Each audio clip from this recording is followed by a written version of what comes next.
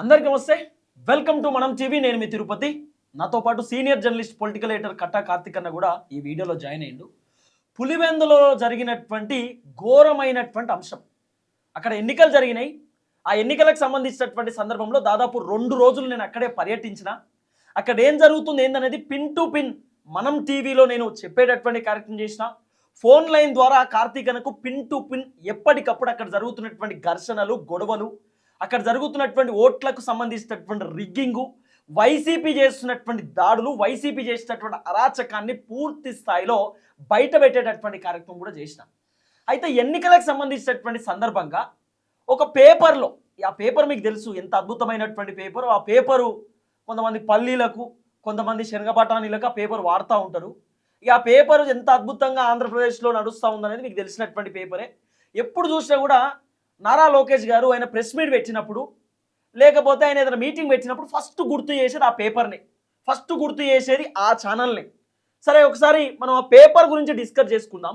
ఆ పేపర్ కంటే ముందు నిన్న అసలు ఓట్లకు సంబంధించినటువంటి అంశం ఏంది, ఎంత శాతం పోలింగ్ జరిగింది, నిన్న వైసీపీ చేసినటువంటి అరాచకం ఏంది, కూటమికి ఓటేయడానికి పోతున్నటువంటి వ్యక్తులను ఏ విధంగా వైసీపీ వాళ్ళు ఇబ్బంది పెట్టారు అనేది ఒకసారి కార్తిక్ అన్నతో డిస్కస్ చేద్దాం. కార్తిక్ అన్నతో కొంత వివరాలు తీసుకునేటటువంటి ప్రయత్నం చేద్దాం. అన్న, నిన్న పులివెందులలో మీరు మొత్తం సినారియో చూసినారు. పిన్ టు పిన్ నేను మీకు చెప్పేటటువంటి ప్రయత్నం చేసిన.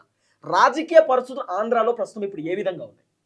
నిజానికి ఒక 3 దశాబ్దాల తర్వాత పులివెందల కోటలో ఎన్నికలు జరిగాయి.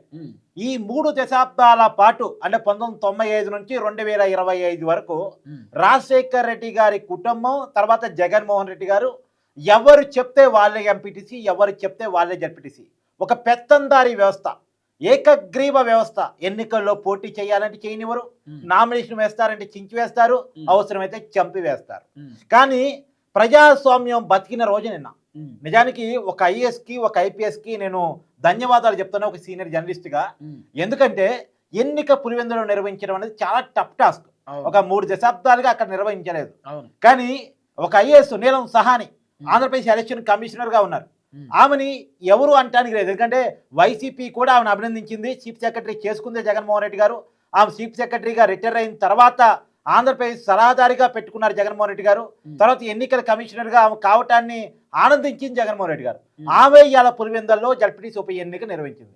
సహజంగా నువ్వు కూడా జర్నలిస్ట్ కాబట్టి అడుగుతున్నా, ఒక ఎంపీ చనిపోయాడు, ఒక ఎమ్మెల్యే చనిపోయాడు, ఒక జడ్పీటీసీ, ఎంపీటీసీ చనిపోయారు. ఏం చేస్తారు అక్కడ? ఎన్నికల కమిషన్ పని ఏంటి? ఖచ్చితంగా ఎన్నికలు నిర్వహిస్తారు. అక్కడ ఎన్నికలు నిర్వహించి కొత్త జడ్పీటీసీని, కొత్త ఎంపీటీసీని, కొత్త ఎమ్మెల్యేని, కొత్త ఎంపీని ఎన్నుకోవటం అనేటువంటిది ప్రజలతో ఎన్నికల సంఘం చేయాల్సిన పని, ఎలక్షన్ నిర్వహించడం. మరి అదే పని నిన్న చేస్తే దాన్ని అడ్డుకునే ప్రయత్నం. 3 దశాబ్దాలుగా మా అక్కడ ఎన్నిక ఎవరు పెట్టలేదు, మీరు ఎట్లా పెడతారు, ఎన్నిక ఎందుకు పెడుతున్నారు, ఏకగ్రీవం చేస్తాం. ఏకగ్రీవానికి ప్రజలోడితో జరిగే ఎన్నికలకు ఉండేటువంటి తేడా ఏంటంటే, ఏకగ్రీవం చేసినోడు ప్రజల మీద పెత్తనం చేస్తాడు. అదే ప్రజలోడితో ఎన్నుకున్నోడికి భయమో బత్తం ఉంటుంది. మళ్ళీ ప్రజల కాడికి పోయి రేపు ఓటు అడగాలిగా. అంతే కదా, ఓటు అడగాలంటే నువ్వు నాకేం చేసావని ప్రజలు అడుగుతారు కదా. సో భయమో బత్తం ఉంటది. కాబట్టి ఆ భయమో బత్తి కొద్ది సర్వీస్ చేస్తాడు, ప్రజలకు జీతగాడిగా భావిస్తాడు. సో ప్రజల జీతగాడిగా భావించడం ఎన్నికల వల్ల వస్తుంది. ప్రజల మీద పెత్తం చేయడం ఏకగ్రీవాల ద్వారా వస్తుంది. కానీ ఇన్నాళ్ళు ఏకగ్రీవమే జరిగింది, ఎన్నికే జరగలేదు. అక్కడ వాళ్ళ కుటుంబం కనీసానల్లో ఎవరో అంటే వాళ్ళే. అక్కడ ప్రజాస్వామ్యం లేదు. ఓ ప్రత్యేకమైన రాజ్యాంగం, డాక్టర్ బిఆర్ అంబేద్కర్ రాజ్యాంగం కాకుండా ఒక సపరేట్ రాజ్యాంగం అన్నాళ్ళు ఉంది. కానీ నిన్న ఎన్నిక జరగటం మీద ఈ పేపర్ చూడు, రిగ్గింగ్ బాబు. ఇప్పుడు పొద్దున్న లేస్తే ఈ పేపర్ మీరు చూస్తూ ఉంటారు కదా, సాధారణంగా ఈ పేపర్ కూడా రేటింగ్ ఎంత ఉంటుందో మీకు. ఇప్పుడు జగన్మోహన్ రెడ్డి గారు కూడా ప్రెస్ మీట్ ముందుకు వస్తున్నారు. బాబు జగన్మోహన్ రెడ్డి గారు, మీరు రిగ్గింగ్ అని మీ పేపర్లో రాసుకున్నారు కదా, మీరు అధికారంలో ఉన్నప్పుడు పులివెందులో ఎందుకు ఎన్నిక పెట్టలేదు సార్? నిన్న 11 మంది ఎన్నికల్లో పోటీ చేశారు. అంటే 11 మందికి జడ్పీటీసీ కావాలని ఆశ, ఆకాంక్ష ఉన్నాయి. మరి ఇన్నాళ్ళు ఆశని, ఆకాంక్షని తొక్కేశారు కదా. 77% మంది ప్రజలు ఓటింగ్లో పాల్గొన్నారు.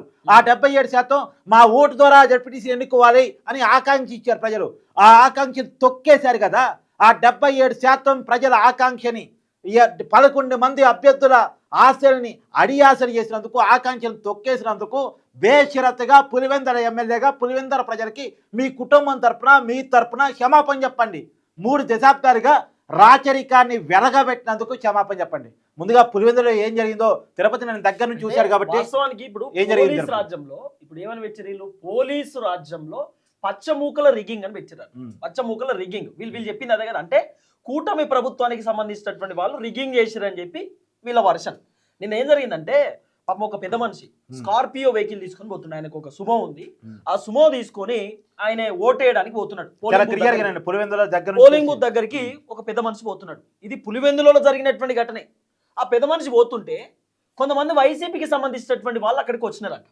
అక్కడికి వచ్చి మీరు ఎవరికి ఓటేయడానికి పోతున్నారంటే మేము ఎవరికన్నా ఓటేస్తామని అన్నారట. కొంచెం అహంకారంతో మాట్లాడినారన్నట్టు ఆ పెద్ద మనిషి కూడా. అంటే ఎందుకంటే ఓటు ఉంది కాబట్టి, ఓటు హక్కు ఉంది కాబట్టి మాట్లాడతాడు బాగా చెప్తా. ఎవరికన్నా వేసుకుంటా నా ఇష్టం అన్నాడట. వాళ్ళ కుటుంబ సభలో ఒక 5-6 ఓట్లు ఉన్నాయి. మీరు లేదు వైసీపీకి వేయండి అని చెప్పి వాళ్ళు చెప్పినారట. నేను ఎందుకు వేస్తా వైసీపీకి, నా ఇష్టం ఉన్నోళ్ళకి వేస్తా అని చెప్పిరట. చెప్పి వాళ్ళు పోతున్న క్రమంలో నీ ఇష్టం ఉన్నోనికి వేస్తా అని చెప్తావు అని చెప్పి సుమ మొత్తం అలగొచ్చిరు. ఆ సుమ మొత్తం వెహికల్ మొత్తం అలగొచ్చి ఆ పెద్ద ఆయన బయటకు వచ్చి ఒక వీడియోలో మాట్లాడిండు. నేను ఓటు వేయడానికి పోతుంటే వైసీపీకి ఓటు వేయను అని అన్నందుకు నా వెహికల్ మొత్తం బద్దలు కొట్టిరు, నా వెహికల్ మొత్తం పగలగొట్టిరు. ఇంత అరాచకంగా వైసీపీ వాళ్ళు వ్యవహరిస్తూ ఉంటే ఏం చెప్పాలని ఆ పెద్ద మనిషి చెప్తున్నాడు. రెండోది, హైదరాబాద్ నుండి 2 యువకులు పోయినారు. వాళ్ళ వీడియో కూడా సోషల్ మీడియాలో వైరల్ అయింది. 2 యువకులు హైదరాబాద్ నుండి వచ్చినారు ఇక్కడికి పులివెందులకు వస్తే వాళ్ళ ఓటు వేయనీకి కూడా వాళ్ళని తీసుకోపోలేదు తెలుసా. ఓటు వేయొద్దని అంటున్నారట. ఓటు మీరు వేయొద్దు, మీరు అక్కడికి పోలింగ్ బూత్ దగ్గరికి రావద్దు, మీరు ఊర్లోనే ఉండాలి, ఊరు దాటి బయటికి రావద్దని చెప్పి వైసీపీకి సంబంధించినటువంటి కొంతమంది లీడర్ల అరాచకం. మీరు రావద్దని చెప్పి అంటే ఆ ఏరియా వాళ్ళు హైదరాబాద్ లో చదువుకుంటున్నారు, జాబ్ చేస్తున్నారు. వాళ్ళు పులివెందుల పోయారు, సొంత ప్రాంతంలో ఓటు వేయడానికి వెళ్ళారు. వేయటానికి వెళ్తే మేము వేయనివ్వు అని చెప్పిన పరిస్థితి. అసలు ఓటు వేయొద్దట. ఓటు హక్కు వినియోగించుకోవద్దు అంటారు. ఎందుకు ఓటు హక్కు వినియోగించుకోవద్దు అంటే పోలింగ్ శాతం ఎక్కువ ఉండొద్దు, లేకపోతే కూటమి వాళ్ళు గెలవద్దు, మనమే గెలవాలి, మనమే రావాలనేటటువంటి ఒక ఆలోచనతోటి. దుర్మార్గం ఏంటంటే తుమ్మల హేమంత్ రెడ్డి వైసీపీ క్యాండిడేట్, అంటే వైసీపీ తరఫున ఎందుకు జడ్పీటీసీ ఎన్నిక వచ్చింది, అక్కడ తుమ్మల మహేశ్వర్ రెడ్డి చనిపోయాడు, జడ్పీటీసీ ఉన్న వ్యక్తి. వాళ్ళ అబ్బాయిని వైసీపీ క్యాండిడేట్ గా పెట్టుకున్నారు. అతను ఓటేలా.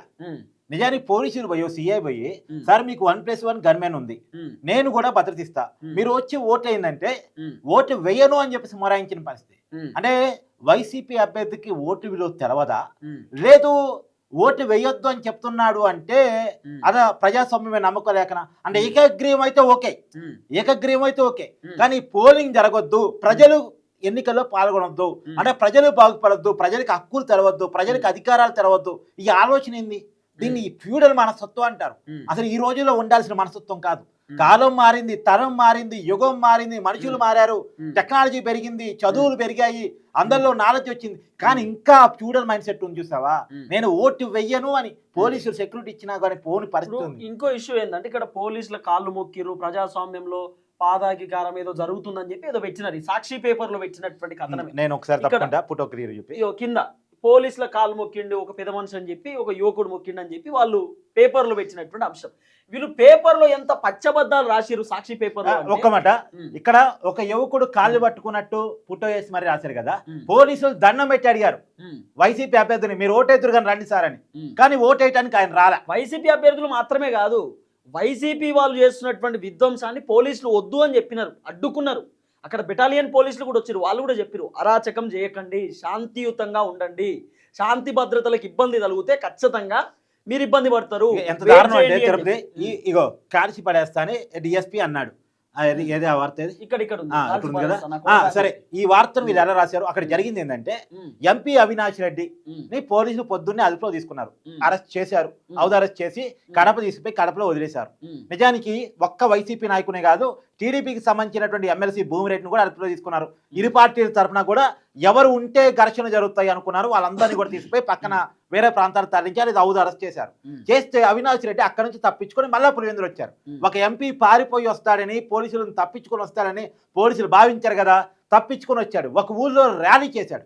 అది ఎన్నికల రోజు ర్యాలీ చేయటం ఏంటి? సరే, ర్యాలీ చేశాడు. ర్యాలీ చేసి గందరగోళానికి గురి చేస్తున్నాడని పోలీసులకు అనుమానం వచ్చి మళ్ళీ అదుపులో తీసుకొని పులివెందుల వైసీపీ ఆఫీసులో పెట్టి అక్కడ ఏకంగా డిఐజీ కోయా ప్రవీణ్ కూర్చుంటే ఆ కోయా ప్రవీణ్ మీదకి కొంతమంది తాగుబోతులు, యవనాల ప్యాచినిస్టులు అనాలా ఇంకేమనాలి, వాళ్ళు అమ్మనా బూతులు తిడుతూ పోలీసుల మీదకి వస్తే, పోలీసు వాళ్ళని తిడతావని వల్ల నేను కాకి చొక్కా వేసుకున్నా, కాకితో పెట్టుకోవద్దు, అవసరం కార్చి పడేస్తా అని ఒక బెదిరింపించారు. అయితే తుపాకేంది ఇలా జగన్మోహన్ రెడ్డి లాగా పోలీసుని బట్టలు ఓడిస్తా అనలా, జగన్మోహన్ రెడ్డి గారి దాకా సప్త సముద్రాలు దాటైనా నీ సంగతి చూస్తా అని చెప్పలా. అక్కడ తాగుబోతులు అమ్మనాబూతులు పోలీసులు తిడుతూ ఉంటే ఆ వీడియో కూడా ఉంది, మీకు ఇస్తాను. అయితే తిడుతూ ఉంటే ఆ పోలీసు అధికారి పోలీసు వాడితో తిడతావా అని చెప్పేసి కాల్చి పడేస్తాను బెదిరించారు. బెదిరించిన తర్వాత పరిస్థితి కంట్రోల్లోకి వచ్చింది. మరి పరిస్థితిని కంట్రోల్ చేయడం అవసరమా కాదా? ఎన్నిక జరపడం అవసరమా కాదా? అలాంటి సమస్యాత్మక పులివెందల ప్రాంతంలో 3 దశాబ్దాలుగా ఎన్నికే జరగని ప్రాంతంలో ప్యాస్టినిజం కల్చర్ ఉంది అనుకుంటున్న ఏరియాలో పోలీసులు ఆ మాత్రం లేకపోతే మాట్లాడారు. వైసీపీ లీడర్ల పరిస్థితి ఏ దాకా వచ్చిందంటే, ఫర్ ఎగ్జాంపుల్ ఒక వైన్ షాప్ కాడ 2 వ్యక్తులు తాగుతారన్న. 2 వ్యక్తులు బాగా తాగిర్రు అనుకో, బాగా తాగిన తర్వాత ఒక తాగుబోతుంటాడు. ఆ తాగుబోతు ఒక వైసీపీ ఆయన కూడా తాగుతాడు, ఒక తాగుబోతు తాగుతాడు. ఈ తాగుబోతు ఆయనకు వైసీపీ ఆయనకు గొడవ, ఈ తాగుబోతు ఆయన వైసీపీ ఆయన వచ్చిండు అనుకో, పుసుక్కున కొడితే ఇప్పుడు వైసీపీ వాళ్ళు ఏం రాస్తారు తెలుసా ఈ సాక్షి పేపర్లో? వైసీపీ లీడర్ ని పొట్టుకు వచ్చిన టీడీపీ కార్యకర్త అని రాస్తారు వీళ్ళు. అంటే ఆ తాగుబోతు ఎవరో టీడీపీకి సంబంధమే లేదు. ఆయన ఎవరు కోటేసిండో తెలియదు, ఆయన ఎందుకు వచ్చిందో తెలియదు, ఏం జరిగిందో తెలియదు. ఆయన కొచ్చింది మాత్రం వైసీపీనే, అది తాగుబోతానే కాదు కొచ్చింది, టీడీపీ ఆయన వచ్చిందని చెప్పి ఇప్పుడు ఆ పరిస్థితికి ఉన్నారు వైసీపీ వాళ్ళు. గీడ చూడు ఈ పేపర్లు ఏం రాసిర్రు, ఈ టీడీపీకి సంబంధించినటువంటి ఒక లీడర్ ఒక కార్యకర్తనట వైసీపీ కార్యకర్తను గుడ్డలుడు తీసుకొట్టిండట. వార్త ఏం చెప్పాలండి గిసొంటి వార్త. అప్పట్లో మరి ఎలక్షన్ జరుగుతున్నటువంటి సందర్భంలో కార్ల పైన దాడులు, మాజీ ఎమ్మెల్యేల పైన దాడులు, పోటీ చేసేటటువంటి అభ్యర్థుల పైన దాడులు జరిగి వాళ్ళని పొట్టు వైసీపీ అధికారులు ఉన్నప్పుడు లోకల్ బాడీ ఎన్నికల్లో నామినేషన్ వేయించారా? కుప్పంలో చంద్రబాబు నాయుడు గారు సొంత నియోజకవర్గంలో నామినేషన్ వేసే పరిస్థితి ఉండేదా? అసలు ఎన్నికల్లో పోటీ చేసే పరిస్థితి ఉందా? ప్రచారం చేసుకునే పరిస్థితి ఉందా? ఏ రాడ్డు పట్టుకొని ఆ దుర్గా కిషోర్ అనుకుంటా, ఆ రాడ్డు పట్టుకొని బోండావా మీద చంపడానికి ఎలా పోయాడు, కారద్దాలు ఎలా బాగొట్టాడు, ఇప్పటికీ ఆ విజన్ మనకి గుర్తుంది. లోకల్ బాడీలో నామినేషన్ కూడా వేసుకునే పరిస్థితి కదా. తర్వాత ఇందాక మన తిరుపతి చెప్పినట్టు ఎలా వైసీపీ వాళ్ళని అవసరమైతే టీడీపీ కార్డింగ్ ఇస్తారు అంటే, వెంకటేశ్వర నాయుడు ఉన్నాడు, మన రిక్కర్ స్కామ్లో అడ్డంగా దొరికిపాడు. ఆయన సంబంధించిన వీడియోలు కూడా వైరల్ అయ్యాయి. ఒక హీరోయిన్తో ఫోటో వైరల్ అయింది, డబ్బు కట్ట లెక్క పెడుతుంది వైరల్ అయింది. అతను టీడీపీ అంటారు. అతను చెవిరెడ్డి భాస్కర్ రెడ్డి గారితో కలిసి ఎయిర్పోర్ట్లో, బెంగళూరు ఎయిర్పోర్ట్లో కొలంబో వెళ్తుండగా అదుపులో తీసుకున్నారు. మరి టీడీపీ మనిషి చెవిరెడ్డి భాస్కర్ రెడ్డితో కలిసి ఎందుకు వెళ్తున్నాడు, ఎందుకు దొరికాడు? అతను చెవిరెడ్డి భాస్కర్ రెడ్డి తరపున ఒంగోలులో డమ్మీ నామినేషన్ వేశాడు. వైసీపీ తరపున నామినేషన్ చేస్తాడు టీడీపీ. ఏం మాట్లాడడానికి ఇది ఉండాలి. సాక్షి పేపర్లో మన ఆంధ్రప్రదేశ్ ప్రజలు 4 కోట్ల మంది జనాలు ఎంత ఇబ్బంది పడుతున్నారు ఏందని చెప్పి ఒక్క వార్త మొత్తం అన్ని పేజీలలో, ఒక 10 పేజీలలో ఒక్క వార్త గీడ. ఇక దక్షిణకో ఏదో రాయలసీమలో భారీ వర్షాలను చేసిరు తప్ప ఇదంతా చిన్న పాపం జగన్ అన్నది కూడా చాలా చిన్నగా వేసిరు అన్న ఈ పేపర్లో. ఇది కూడా చాలా బాధాకరమే. ఈ వార్త ఏడ రావాల, నేడు మీడియా సమావేశానికి వస్తున్నట్టు ఈ రోజు జగన్ అన్న. ఎందుకంటే చాలా అద్భుతంగా మాట్లాడతాడు ఇలా జగన్ అన్న. నిన్న జరిగిన రిగ్గింగ్ గురించి ఈ రోజు మాట్లాడతాడు, బాధాకరంగా ఇబ్బంది పడుతూ మాట్లాడతాడు. ఇప్పుడు ఇంత పెద్దగా ఉండాలి జగన్ అన్న ఫోటో, గీడు ఉండాలి కానీ కింద పెట్టిరు జగన్ అన్నకు, చాలా తక్కువ స్పేస్ ఇచ్చిరు. ఇప్పుడు ఈ పత్రికను మనం ఏమని పిలవాలంటే దొరపత్రిక అని పిలవాలి. దొరకు సంబంధించినటువంటి పత్రిక ఈ పత్రిక. నిజంగా వైఎస్ రాజశేఖర రెడ్డి అంత గొప్ప వ్యక్తి, వైఎస్ రాజశేఖర రెడ్డి ఫోటో పెట్టి ఈ పత్రికను సర్క్యులేషన్ చేస్తున్నారు. ఈ విధమైనటువంటి కథ. ఫస్ట్ సార్ ఫోటో తీసేయండి, ఈ ఫోటో తీసేయండి. జగన్మోహన్ రెడ్డి గారు అధికారంలోకి వచ్చే తీసేస్తారు. అప్పుడు తీసేస్తారు. అప్పుడు జగన్మోహన్ రెడ్డి ఫోటో వస్తుంది కావచ్చు. కాబట్టి పాపం చాలా పెద్ద ఆయన, మన మంచి మనిషి, తెలంగాణలో కూడా అనేకమైనటువంటి అభివృద్ధి చేసినటువంటి వ్యక్తి వైఎస్ రాజశేఖర రెడ్డి. మా ఊర్లో ఇప్పుడు మేమున్నటువంటి ఏదైతే ఇల్లు ఉందో వైఎస్ రాజశేఖర రెడ్డి హయాంలో వచ్చినటువంటి ఇల్లే, ఇంద్రమ్మ ఇల్లు. అప్పుడు ఆ కాలంలో బోరేపిచ్చిండు మా ఊళ్ళే వైఎస్ రాజశేఖర రెడ్డి. ఇక అంత గొప్ప వ్యక్తి కొడుకు మా జగనన్న. ఇక మా జగనన్న ఫోటో కింద పెట్టారు కానీ ఆ జగనన్న అరాచకానికి దండం పెట్టాలని అనుకుంటారు చాలా మంది. దయచేసి ఈ వీడియో అందరికీ షేర్ చేయండి. ఇదంతా ఏం లేదు, పేపర్లో కేవలం వాళ్ళకు పాజిటివ్గా రాసుకోవడానికి చేసినటువంటి ఒక హంగామా. పులివెందులలో జరిగినటువంటి సినారియో మొత్తం వేరే. సరే, రేపు ఏ పోలింగ్ కౌంటింగ్ జరిగింది, ఏ పార్టీ అని గెలవనండి, మేము ఏ రాజకీయ పార్టీకి గెలవాలని మేము కోరుకోవట్లేదు. కానీ ఎన్నిక జరగటాన్ని జర్నలిస్టులుగా సపోర్ట్ చేస్తున్నాం. ఎన్నిక జరగాలి, ప్రజల ఓటుతో ఎవరు ఎన్నుకున్నా ప్రజలు ఎవరికి కూడా తమ తరరాతిని పూర్తి స్థాయిలో రాసిరు. ఏ రాజకీయ పార్టీకి ఇవాళ ఒక పార్టీకి ఇస్తారు, రేపు ఇంకో పార్టీకి ఇస్తారు. ఇప్పుడు అక్కడ చూడండి, 2019 వరకు చంద్రబాబు నాయుడు, 2019 నుంచి జగన్, 2024 మళ్ళీ చంద్రబాబు నాయుడు, పవన్ కళ్యాణ్, తర్వాత రేపొద్దున మారొచ్చు మారకపోవచ్చు, ప్రజల అభిష్టం. తర్వాత తెలంగాణలో కూడా కేసీఆర్, తర్వాత ఇప్పుడు కాంగ్రెస్. అట్నే ఇప్పుడు ప్రజలు ఏంటంటే మార్చుకుంటూ ఉంటారు. ప్రజలకు హక్కు ఉండాలి. హక్కు లేకుండా మా కుటుంబం ఎవరు చెప్తే వాళ్ళే జడ్పీటీసీ, మా కుటుంబం ఎవరు చెప్తే వాళ్ళే ఎంపీటీసీ, ఈ పద్ధతి కరెక్ట్ కాదు, ఇది రాచరికం, ఇది నియంతృత్వం, ఇది ఫ్యూడల్ మెంటాలిటీ, ఇది పోవాలి అనేది మా యొక్క గోల.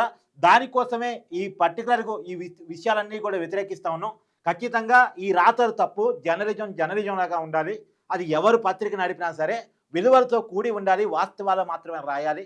అలా రాయకుండా కావాలని ఒక పార్టీ కరపత్రికలాగా రాసి ఆ అబద్ధాలను ప్రజలు నమ్మించాలని చూస్తే మన సోదరుడు చెప్పాడు కదా, కింది పొట్టాలకు మనకు వచ్చింది తప్ప ప్రజలు దాన్ని నమ్మరు, క్రెడిబిలిటీని కోల్పోతారు. తెలంగాణలో అయితే ఈ సాక్షి పేపర్ ఎవరు వేసుకోరు నాకు తెలిసి అయితే, ఎందుకంటే మాది వరంగలే కాబట్టి నాకు తెలిసి ఈ కథ అంతా సాక్షి పేపర్ ఎవరు వేసుకోరు నాకు తెలిసి అయితే, ఎందుకంటే వీళ్ళు ఏం రాస్తారు జగన్మోహన్ రెడ్డి, నాకు తెలిసి తెలంగాణలో కూడా జగన్మోహన్ రెడ్డి ఫోటోలే ఉంటుంది. ఈయన బాధ మాకు ఎందుకన్నా తెలంగాణలో. సో మొత్తానికి నీకు మాత్రం అభినందనలు. థ్యాంక్ అక్కడ నీ మీద కూడా దాడి జరగవచ్చేమో అనుకున్నాం ఆ పరిస్థితుల్లో. యూ, డేర్ చేసి వెళ్ళి అక్కడ వాస్తవ పరిస్థితిని కవర్ చేసే ప్రయత్నం. థ్యాంక్ యూ అన్న. మొత్తానికి అక్కడ జరిగిన సినారియో మొత్తం వేరే, అక్కడ మొత్తం పులివెందులలో జరిగినటువంటి అరాచకం వేరే, వీళ్ళు రాసుకొచ్చిన పేపర్లో ఈ వార్తలు వేరే, అక్కడ అంతా విధ్వంసం జరిగింది. Thank you so much Karthik అన్న.